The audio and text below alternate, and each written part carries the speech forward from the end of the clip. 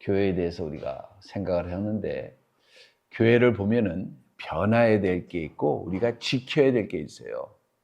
이게 혼동이 되면 문제가 심각한데, 참 미안한 얘기지만 이 한국 분들의 성향이 내가 변화해야 될 것과 지켜야 될 게 뭔지를 많은 분들이 혼동을 하는 것 같아요. 그 변화에 굉장히 늦습니다.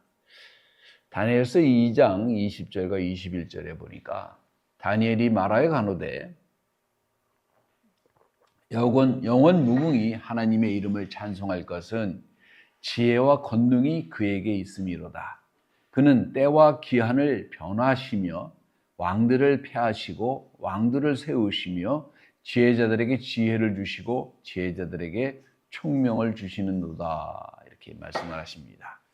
자, 다니엘서를 보면은 우리에게 주시는 어떤 계시나 확신이 있는데, 우리의 삶 속에서 사람들이 말하는 것처럼 어떤 눈먼 기회나 어떤 우연이 우리의 운명을 좌지우지하는 게 아니라 사실은 뭐예요?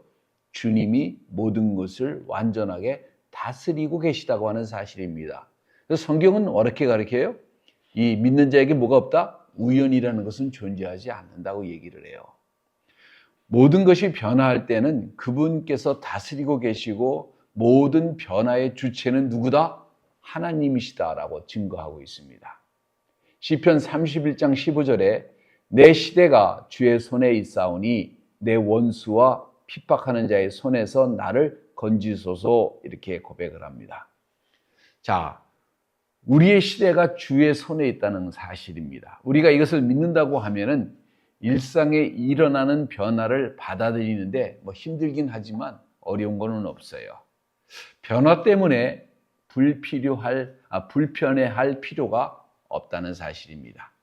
우리 삶 속에 일어나는 변화나 일상의 변화, 어떤 정치적인 큰 변화까지도 이 세상의 모든 변화는 그분에 의해서 일어나는 것이고 그분이 모든 것을 다스린다고 하는 사실을 우리가 기억해야 합니다. 아무것도 그분을 깜짝 놀라게 하신다거나 그분을 위협할 수 있는 일은 존재하지 않습니다. 100% 그분이 다스리십니다. 어느 누구도 하나님의 허락이 없이는 미국의 대통령이 될 수도 없고 어느 왕조도 하나님의 허락 없이 세워지지도 않습니다. 심지어는 나쁜 왕이 들어서는 것조차도 하나님의 허락입니다. 기술이나 과학의 진보나 어느 것도 하나님의 허락 없이는 이루어지지 않습니다. 그분은 시간을 초월해서 다스리고 계시고 과거의 어떤 사건에 매달려 가지고 이때는 이랬어야 되는데 라고 생각하신 적이 단 한순간도 없다는 사실이에요. 자, 우리가 기억해야 되는 게 있습니다. 이 세상은요, 지속적으로 변화되어져 갑니다. 어느 것 하나 옛 것을 고수할 만한 것이 별로 없어요. 자, 인구의 변화를 볼까요?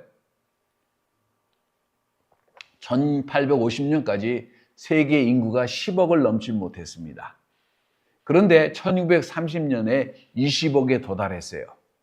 그리고 30년이 지나지 못해 30억이 됐고 50억.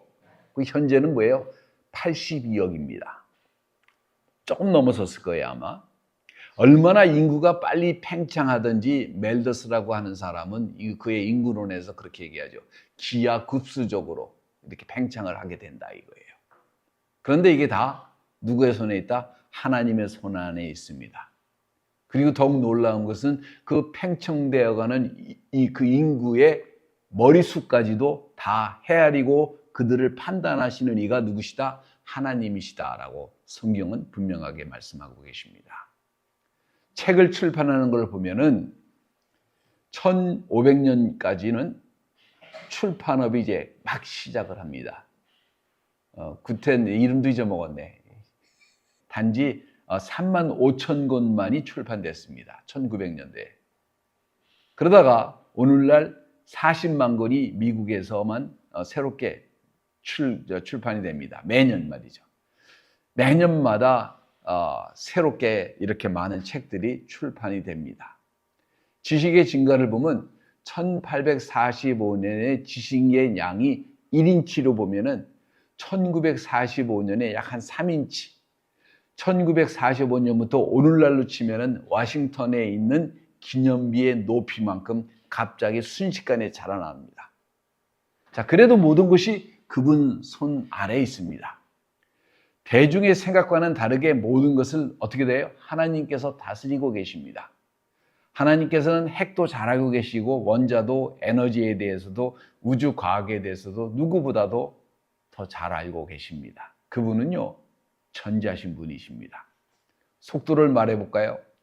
1800년까지 인간이 낼 수 있는 가장 최대의 속도는 시속 20마일입니다. 말을 타고 달리는 게 제일 빨랐어요.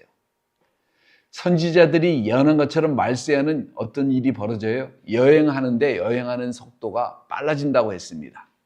1952년에 비행기의 시속이 300마일입니다. 1975년 상업용 비행기가 시속 600마일이 평균이에요. 이제 조금 있으면 옛날 얘기가 될 거예요. 우주선은 시속 6000마일입니다. 그리고 더 빠른 비행기가 나올 거예요. 미래학자들이 말하기를 앞날은 이제 자동차로 말하자면 미래학자가 이제 얘기한 거 오래전에 2020년까지 집에서 가까운 거리는 배터리로 운행하는 차를 타고 먼 거리는 수소차를 타고 달린다고 했습니다. 여러분 아세요? 이게 실현된 거. 테슬라에서 나온 자율주행 차를 탔는데 세븐틴 그 하웨이를 그 꼬부랑 길을 왔다 갔다 자기가 자유자재로 추월까지 해가면서 다 합니다. 놀라운 일이에요. 수소차를 현대가 사실은 오래전에 전기차를 개발한 게 아니라 수소차를 개발했는데 그 인프라가 갖춰지지 않아가지고 지금 퍼지지를 못하고 있어요. 지금 일본에서 도요타에서는 다른 또 얘기를 하고 있고 테슬라가 또 그 일론 머스크가 뭐라고 얘기를 하냐면은 물로 만든 차로 물로 가는 차를 지금 만든다고 얘기를 합니다. 자, 옛날에는요 제가 어렸을 때 물로 가는 차라고 해가지고 신성일이 주연하는 영화까지 있어요. 찾아보세요. 그게 다 실현되고 있어요. 앞으로는 호주에서 살면서 홍콩에서 일을 하고 다시 저녁에 호주에 가서 먹을 수도 있습니다. 이제 학군 때문에 비싸게 돈을 지불하는 일은 없을 수도 있어요. 예전에 야후 뉴스를 보니까 뉴욕에서 도쿄까지 1시간이면 다닐 수 있는 비행기를 상업화하겠다는 선언하는 사업가가 있었어요. 근데 실제로 지금 현대과학으로 1시간이면 갔다 왔다 할 수 있는데 이 비행기를 어떻게 그 상업화하느냐 가지고 지금 얘기하는 걸로 제가 알고 있어요. 치과의사 우리 박 권사님이 계시는데 의과나 치과에 종사하는 분이라면은 시험관 아기가 이제 흔하고 인공자궁이 개발되고 정자은행이 생기고 앞으로 우리가 시대는 상상을 넘는 그런 일이 속출할 것인데 제가 우리 그 K 집사님 얘기를 듣고 깜짝 놀랐습니다. 아이들이 아기를 갖는데 아기를 자기네들이 임신을 안 하고 인공수정을 해가지고 아기를 데리고 오겠다고 얘기를 한대요. 충치를 레이저 빔으로 시술하고 수술하고 사용하는데 인공장기를 사용하는 것이 이제 슬슬 시작합니다. 인공심장, 합성 음식. 세상은 놀라울 정도로 변화되고 있어요. 자, 이런 변화 속에 교회는 옛 방식만을 고수해야 할까요? 왜 변화가 요구되는 것이 있고 반면에 하지만 끝까지 지켜야 되는 게 있습니다. 왜 그래야 되는가? 이걸 깨달아야 돼요. 이 원리를 모르기 때문에 엉뚱한 소리가 너무 교회에서 많이 나오는 거예요. 자, 오늘 교회가 변화의 침묵을 지키고 있습니다. 주저하기보다는 우리가 적극적으로 앞으로 나가야 돼요. 예전에 왜 다 교회 간 줄 아세요? 교회 가면 모든 게 다 좋아요. 집은 답답하고 아주 후지꾸리한데 교회 가면 넓잖아요. 그리고 집에 가면 그런 게 있는데 교회 가면 뭐가 있어요? 마이크 시스템이라는 것도 있었고 음악도 틀어주고 모든 문화가 어디서부터 퍼졌어요? 교회에서 퍼졌어요. 여러분 아마 모르실 거예요, 젊은 사람들은. 자, 예를 들면 주일학교에서 지금 장비가 얼마나 좋습니까? 파워포인트라는 게 있어요. 한번 보여주면 됩니다. 이걸로 말로 설명하려면 얼마나 힘들어요. 여러분 설교를 들을 때 물론 책을 보면 좋은 것도 있어요. 장점이 있습니다. 근데 영화를 보면요 그게 쏙쏙 들어옵니다. 인도에 복음 증거할 때 예수님이 십자가에 달리신 영화를 보여줘요. 근데 놀랍게도 성령께서 역사를 엄청나게 하십니다. 교육 수준이 낮기 때문에 그냥 보면요, 사람들이 막 눈물 흘리고 회개를 하고 예수님을 믿어요. 믿어져요? 자, 십자가를 지신 예수님을 아무리 아름답게 설명해 주는 것이 그 비디오로 보여주는 것하고 얼마나 차이가 나요. 십자가를 비디오로 보여주면 사람들이 근데 이렇게 생각하고, 한국 사람들 특히 신령치 못하게 저게 무슨 짓이야, 그렇게 생각할 때가 많아요. 지금도 아마 있을 거예요. 이게 믿어집니까? 사진 한 장이 보여주는 그 능력이요, 글로 엄청나게 쓰는 것보다 엄청나게 많다는 걸 아세요? 월남전의 잔인성을 사진 한 장으로 찍어서 프리천상을 받았는데, 그게 뭐냐면 전쟁통에 여자아이가 빨개 벗고 뛰어가는 거예요. 그걸 찍었는데 그게 엄청난 그 사람들에게 임팩을 줍니다. 근데요, 사람들이 변화를 두려워해요. 교회에서 예전에, 지금 많이 달라졌는데, 음악을 하는데 드럼을 치면 이단이다. 기타를 치면 이단이다. 이단을요, 내가 I don't like you 이 소리인데, I don't like it 이건데, 이걸 다 이단으로 갖다 붙여. 복음성가 드리면 이단이다. 그러다가 이제 복음성가 하도 파퓰러해지니까 복음성가는 아이들의 노래다, 그래서 허락을 해줘요. 대예배 때 이 찬송가를 해야지 복음성가를 하면 큰일 납니다. 한 30년 전, 20년 전이군요. 20년 전에 목사님들이 모였는데 복음성가를 낸 전도사가 와가지고 막, 목사님 일어나시죠, 다들. 그래서 목사님들이 했는데 다 일어나가지고 막 박수 치면서 복음사를 했어요. 그런데 했으면 됐지, 그걸 또 나이 먹은 목사님들이 불러가지고 막 야단을 쳐요. 이게 어디서 이따위 짓을 하냐고. 그러니까 막 돌아다니면서 또 막 사과하라고 하니까 다 잘못했다고 사과를 해요. 그래서 저한테 왔길래, 목사님이 잘못했습니다 해서 뭘 잘못했는데, 그래 물었더니 이 양반이 또 당황한 거예요. 아, 뭘 잘못했는데? 예? 심지어는 넥타이 하나면 이단이다, 구두 안 신으면 이단이다, 양복 안 입으면 이단이다. 여러분, 이해 불가입니다. 그럼 예수님도 이단이죠.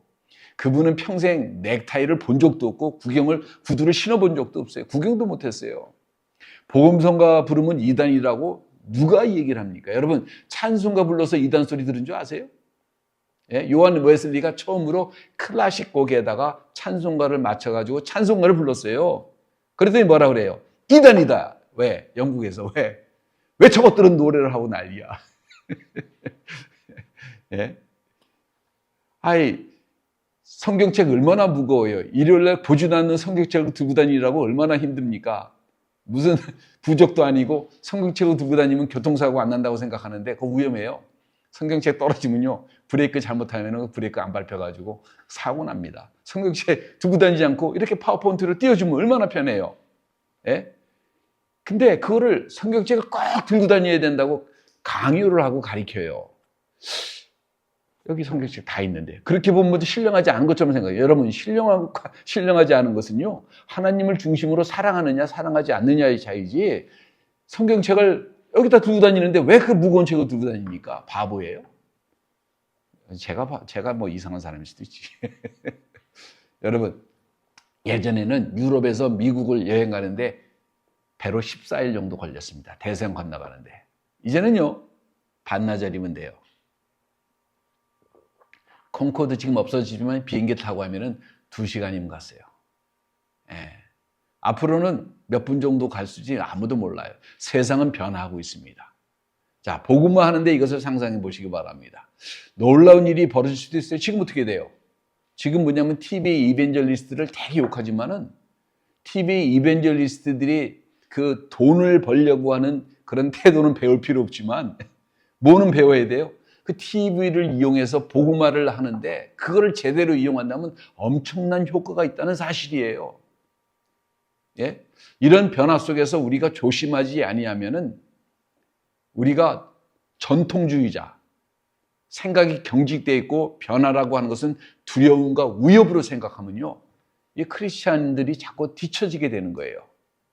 변화에 저항하고 자꾸 등을 돌리면서 쓸데없는 이단 타령이나 하고 있고, 이단은요, 하나님 말씀을 엉뚱하게 가리키는 게 이단이지. 우리 앞에 있는 기회를, 복음을 증거할 수 있는 기회를 등지게 된다는 사실이에요. 21세기에 변화는 더 빨라지게 될 것입니다. 변화는요, 당연한 거예요. 내가 저항한다고 안 되는 게 아니라는 거죠. 지속적으로 방법을 연구하고 지혜롭게 볼 줄을 알아야 합니다. 어떤 방법도 복음을 증거하는데 완전한 게 없고 지속적으로 변화돼야 돼요.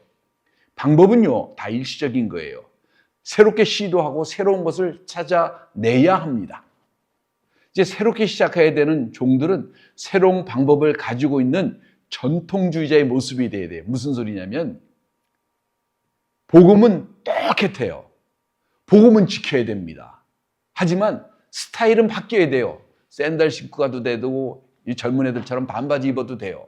예배 시간에 반바지 입고만 해네. 그게 무슨 그렇게 이렇게 중요한데 뭐가 중요해요? 진짜 복음을 증거하느냐 가짜 복음을 증거하느냐 이게 중요한 건데 오늘 청중들은 다른 스타일을 원해요. 교회는 너무나 똑같아요. 너무나 똑같아요. 교회에서 반면에 그래서 변할 수 없는 것들이 있어요. 모든 게 바뀌어도 변화할 수 없는 게 있어요. 시대가 아무리 달라져도 변화할 수 없는 것이 있습니다. 시편 11장에서 보면 사울이 다윗의 생명을 원합니다. 불안한 다윗이 바위 틈에 숨어가지고 시편을 기록합니다. 아마도 비가 오는 오후 어떤 날이었을 거예요. 시편 11편 1절에서 2절에 내가 여호와께 피하였거늘 너희가 내 영혼대로 새같이 네 산으로 도망하라 함은 어쩌민고 악인이 활을 당기고 살을 쉬에 먹이며 마음이 바른 자를 어두운 데서 쏘려 하는다다. 그는 주님께 고합니다. 내가 여호와께 지금 두려워서 피했습니다. 하나님께 피하는 것이 다윗에게는 너무나 엄청나게 안위가 되는 편안한 일입니다. 다윗은 아마도 주께서 내가 너를 보호하마 라고 하는 말씀을 해주셨는지 안 해주셨는지 우리는 알 수가 없지만은 다윗의 마음속에 하나님께 도망가는 것이 편하다고 하는 생각을 가졌어요. 그리고 두려움 속에서 그는 그렇게 답을 합니다. 너희가 내 영혼대로 새같이 내 산으로 도망가라고 한 것은 어쩐 일이냐. 사울이 지금 나를 쫓고 있다. 동굴 밖에서는 내 이름을 저주하면서 죽이려는 소리를 듣고 있다. 지금 다른 산으로 도망갈 수도 없어. 자, 2절에 악인이 활을 당기고 살을 쉬에 먹이며 마음이 바른 자를 어두운 데서 쏘려 합니다. 다시 말하면은 아주 야밤에 기습하는 것처럼 이렇게 선한 사람을 사냥하듯이 죽이려고 하는 비열한 일을 지금 비난하고 있습니다. 자, 그는 주님께 간청하고 있습니다. 3절에 터가 무너지면 의인이 무엇을 할꼬. 이것이 현실적이고 연관된 아주 중요한 요소입니다. 자, 주 안에서 지금 다윗은 피난처를 찾고 있습니다. 그러나 악인은 둘러싸여 있었고 안식은 없고 내 근간이 무너질까 봐 두려워하고 있어요. 지진이 나는 곳에서 사는 사람들은 이 말이 잘 이해가 될 거예요. 태풍이 분대거나 거대한 토네이도가 온다거나 자연 재난이 닥치면은 우리의 근간이 흔들어 무너질까 봐 두려워하게 되잖아요. 자, 다윗이 지금 여기서 얘기하는 것은 지진과 같은 자연 재난은 절대로 아닙니다. 만약에 우리가 이 주변에서 주는 압박감 때문에 우리 영혼의 근간이 무너지게 된다면, 우리의 믿음이 흔들리게 된다면, 이 변화가 우리의 근간을 무너뜨리게 된다면 우리가 할 수 있는 게 무엇이 있습니까? 라고 하는 말이죠. 자, 이것을 우리가 성경에서 답을 찾을 수가 있는데 디모데 후서에서 바울은 이것에 대한 답을 줍니다. 바울의 제자인 디모데가 아마도 편지를 받고 있는 이때쯤은 한 40대 정도가 됐을 거예요. 바울과 디모데는 전도 여행도 같이 다녔고 함께 영적으로 성장도 하고 함께 주님의 인도하심을 배워갖고 주님의 역사하심을 보고 알고 있었습니다. 그리고 복음을 증거하다가 함께 고난을 당했고 고난에 참여도 했어요. 이제 바울은 감옥 안에서 작별을 고하고 있고 디모데는 에베소 교회의 목사로서 자신의 시대를 펼치기 위해서 전진하는 중이었습니다. 장로가 젊은 목사에게 이제 편지를 쓰는 거예요. 자, 이것은 바울의 간증이자 유언이고 가장 중요한 점을 지금 다음 세대인 목회자들에게 이해시키려고 하는 시도이기도 합니다. 바울은 디모데에게 변화에 대해서 이렇게 기록을 합니다. 디모데후서 2장 14절에 너희는 저희로 이 일을 기억하게 하여 말다툼을 하지 말라고 하나님 앞에서 엄히 명하라. 이는 유익이 하나도 없고 도리어 듣는 자들을 망하게 함이라. 자, 디모데는 기억해야 될 것은 하나님의 진리는 시대를 초월하는 것인데 이것을 교회에게 기억해야 되는데 이것을 지키기 위해서 말다툼하고 그럴 필요가 있다 없다? 없다는 거예요. 논쟁으로 여러분 제일 바보 같은 사람들이 뭐냐면 이게 뭐예요? 셀폰이에요. 근데 셀폰을 논쟁으로 결정하자 그러는 사람들이 너무나 많아요. 그게 어디 많아요? 대한민국에 엄청나게 많아요. 툭하면 논쟁하죠. 여러분 이거는 셀폰이냐 아니냐 이거를 아는 것이지 지식의 문제이지 논쟁의 문제가 아닙니다. 맞죠? 자, 이거는요 성경의 진리는 진리이지 아느냐 모르느냐 그 진리를 깨닫느냐 못 깨닫느냐의 문제이지 그걸 토론을 통해서 결정한다? 바보 아니에요. 지금 바울이 이걸 말하고 있어요. 가장 중요한 것 중에서 중요한 것을 말하고 있습니다. 말다툼에 사로잡히지 말고 논쟁하지 말고 가장 근본적인 것에 힘을 다하라. 그리고 디모데가 이렇게 얘기합니다. 디모데 후서 2장 15절에 네가 진리의 말씀을 옳게 분별하며 부끄러울 것이 없는 일꾼으로 인정된 자로서 자신을 하나님 앞에 드리기를 힘쓰라. 이게 뭐예요? 이게 믿는 사람이 할 일이고 이게 주의 종들이 할 일이에요. 진리의 말씀을 분명하게 바울은 하나님의 말씀을 가르치고 있고 그것을 선포하라고 얘기합니다. 뭐라고 하는 거예요? 디모데야, 내가 지금 단지 사람들 앞에서 연설하는 것이 아니라는 거예요. 웅변하는 게 아니라는 거예요. 단지 너는 웅변하는 것이 아니라 진리를 선포하고 있다라고 하는 거예요. 하나님의 진리는 광대하고 심오한 것입니다.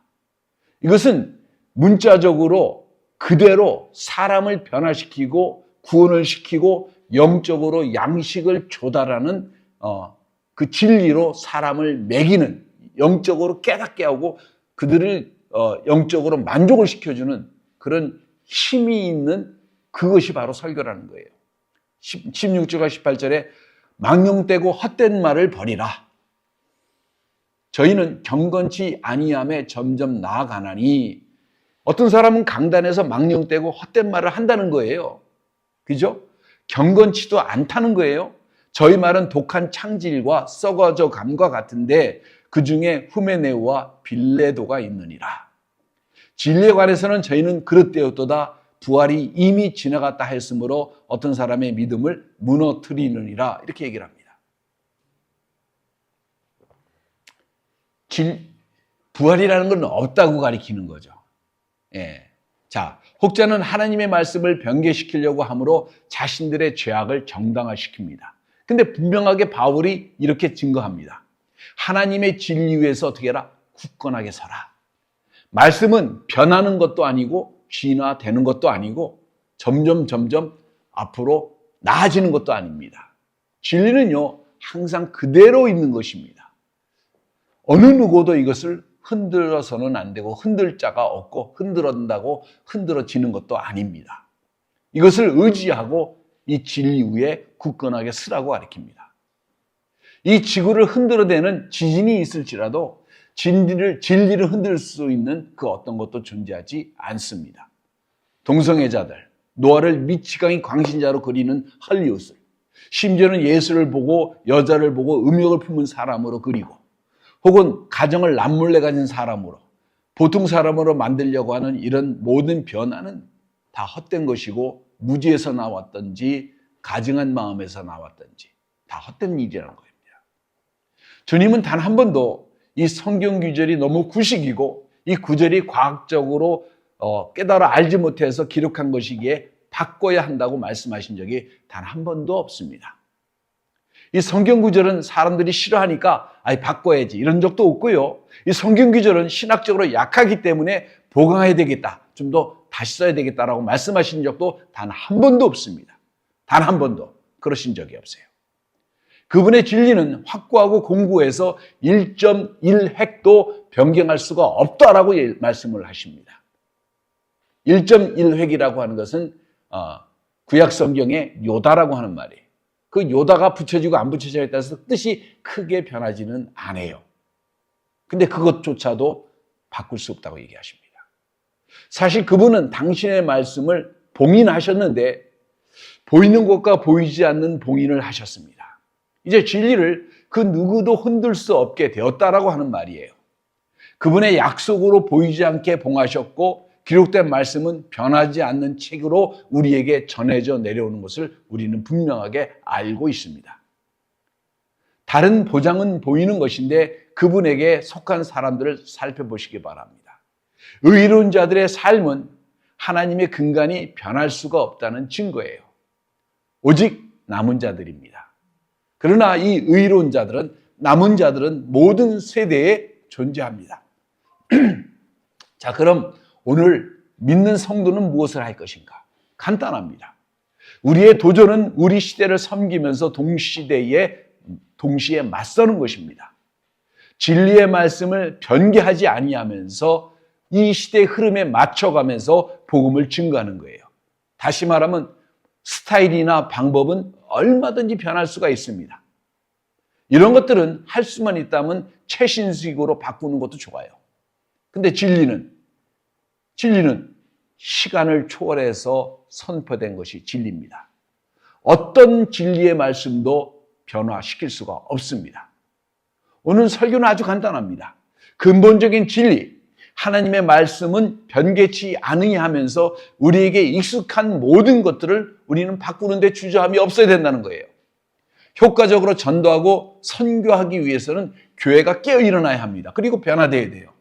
익숙한 것에 매달려가지고 변화를 저항해서는 안 됩니다. 그렇다면요, 교회는 아무것도 할 수가 없어요. 현 시대를 섬기면서 많은 복음적인 교회라고 하는 것들이 잘못을 하고 있는데 변화를 두려워하고 있습니다.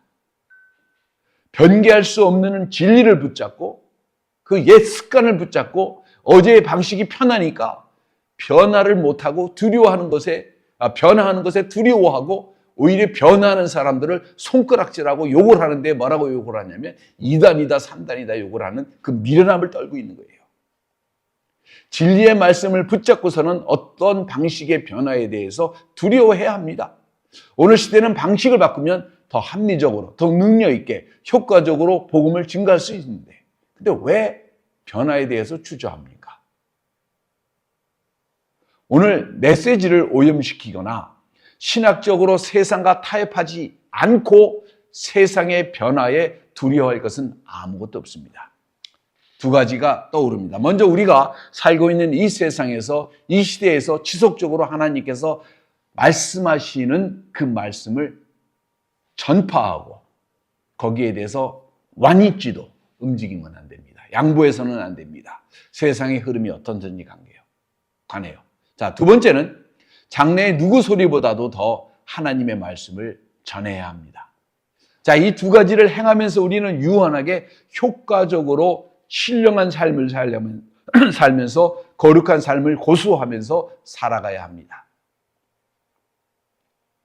신령한 삶이라고 하는 것은 언제 또 얘기할 기회가 있겠지만 금식을 오래 하거나 기도를 오래 하거나 말씀을 달달 외우거나 이런 거 하지 마세요. 여러분, 말씀 보는 건요, 성경에 보면 다 찾으면 다 나와요. 아브라함 아들이 누구다, 그거 알아서 뭐 하려고 그래. 그런 게 중요한 게 아니라 원리를 알고 하나님이 무엇을 중요하게 생각하는지 알고 무엇을 싫어하시는 줄 알고 그리고 하나님이 무엇을 원하는지를 내가 찾아가면서 행하는 거예요. 주님을 진정으로 사랑하는 거, 이게 중요한 거예요. 이게 거룩한 신령한 삶이고 거룩한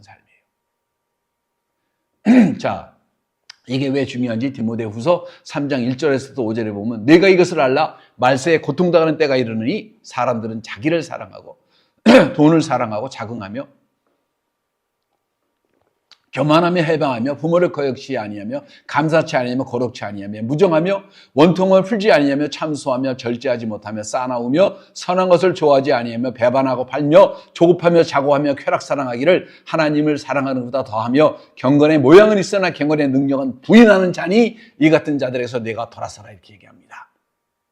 여기서 말세에 고통당하는 때라고 하는 이 고통당하는 때에 그리고에 딱 두 번 사용합니다.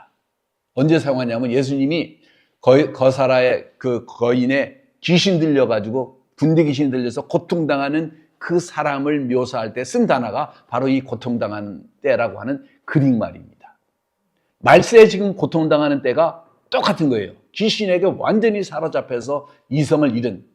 근데 여러분 자세하게 보세요. 오늘 이 시대의 사람들을 정확하게 그리고 있습니다. 정확하게 그리고 있어요. 예?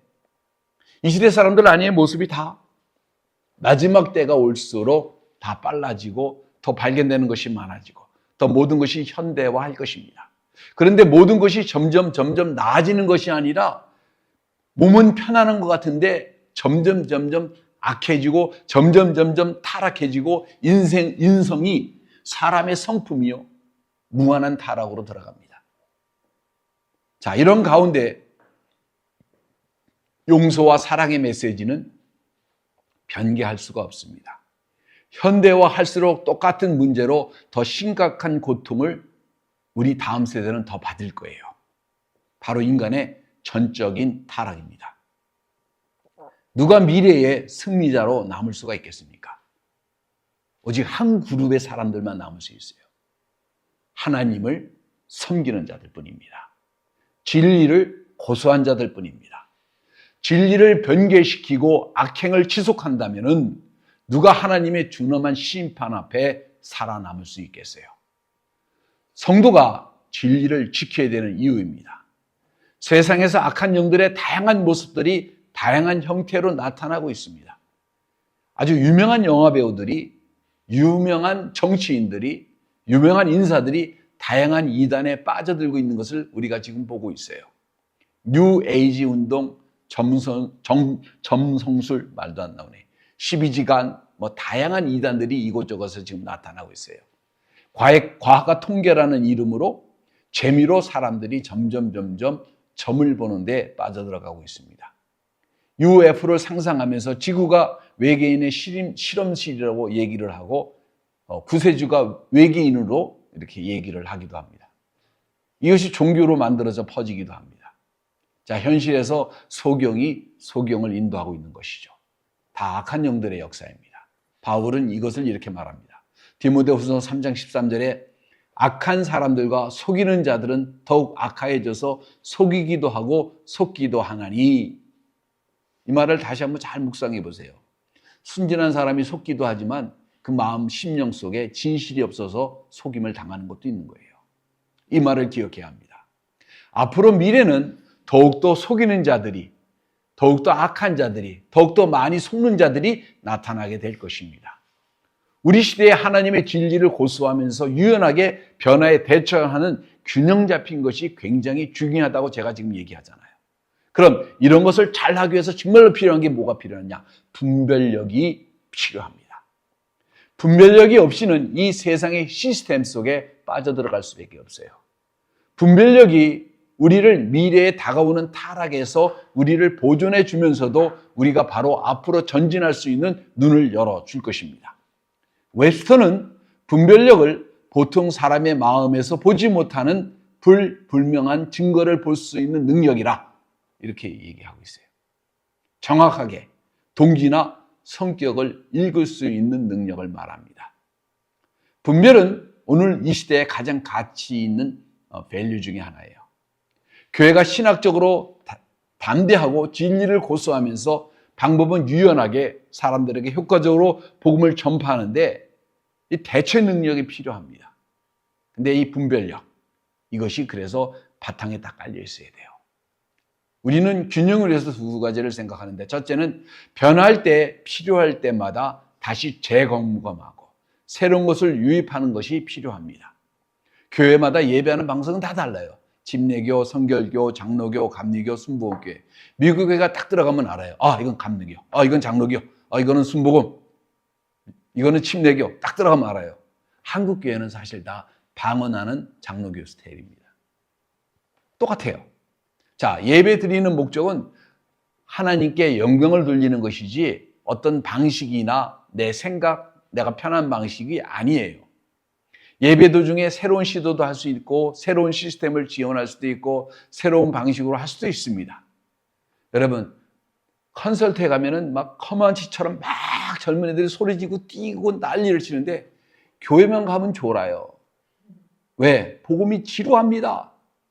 복음이 지루해요? 절대로 아닌데 복음을 증거하는 사람이 자기가 무슨 이야기를 하는지도 모르고 얘기하고 그러니까 듣다가 졸아요. 여러분, 뭐가 문제인지 생각해 봐야 합니다. 하나님을 경배하는 게 얼마나 놀라운 축제인데 누가 예배를 현대인들이 이렇게 만들었는지 생각해 보고 고쳐야 되지 않겠어요? 교회에서 적어도 졸지는 말아야죠. 예? 두 번째, 변개할 수 없는 진리를 고수하면서 필요할 때마다 저항하고 또 싸우는 훈련이 필요합니다. 받아들이지만 받아들일 수 없는 것이 있어요. 거기에 대해서는 우리가 싸워야 됩니다. 어떤 과학적인 진보나 문화적인 진보도 하나님의 말씀보다 위에 있을 수가 절대로 없습니다. 왜? 문화라는 것도 과학이라는 것도 변해요. 예를 들어서 과학에 티오리가 있고 법칙이 있습니다. 티오리는 대충 다 그렇게 되는데 어떨 때는 안 돼요. 그래서 이걸 티오리라고 합니다. 법칙은 항상 그게 된다는 거예요. 근데 옛날에 법칙이 오늘날 티오리로 변하는 것도 있어요. 예? 예. 그런 것이 있는 거예요. 과학에서. 발달할수록 달라지는 거예요. 하지만 하나님의 말씀은 달라지는 게 하나도 없습니다. 성경은 창조주 하나님께서 우리에게 주신 거예요. 모든 법칙을 만드신 그분이, 변개하지 않는 우주의 법칙을 만드신 그분이 주신 거라니까 답답하게. 진리를 사람들이 논쟁을 해서 토의를 해서 바꿀 수 있는 것이 아니라는 거예요. 성경은 하나님께서 주신 것이고 우리에게 주어진 것입니다. 우리는 단지 이 세상에서 생존하려고 살아남으려고 그렇게 살아가는 사람들이 아니라 우리는 세상을 이기고 승리하려고 하는 사람들이라는 사실을 알아야 합니다. 무엇으로? 변치 아니하는 하나님의 말씀으로. 이게 중요한 겁니다. 여러분에게 주어진 말씀은 1.1획도 변개시킬 수가 없는 하나님께서 주신 생명의 말씀입니다. 이것을 기억하시는 여러분 되시기를 예수의 이름으로 축원합니다. 기도하겠습니다. 주님, 감사와 찬송과 영광과 존귀를 아버지 앞에 돌립니다. 참으로 지혜를 주셔서, 참으로 판단력을 주셔서 무엇이 옳고 무엇이 그른지, 무엇이 잘못됐고 무엇이 바른 것인지 진정으로 깨닫고, 얼마나 많은 사람들이 얼마나 한쪽 길로 치우쳐 가든지 상관없이 진리 앞에 서서 진리를 고수하며 자유롭게 살아가는 저희들 될 수 있도록 믿음을 주시고 더욱더 은혜를 더해 주시고 이끄시고 인도하시고 축복해 주옵소서. 감사와 찬송을 돌리며 예수님의 이름으로 기도합니다.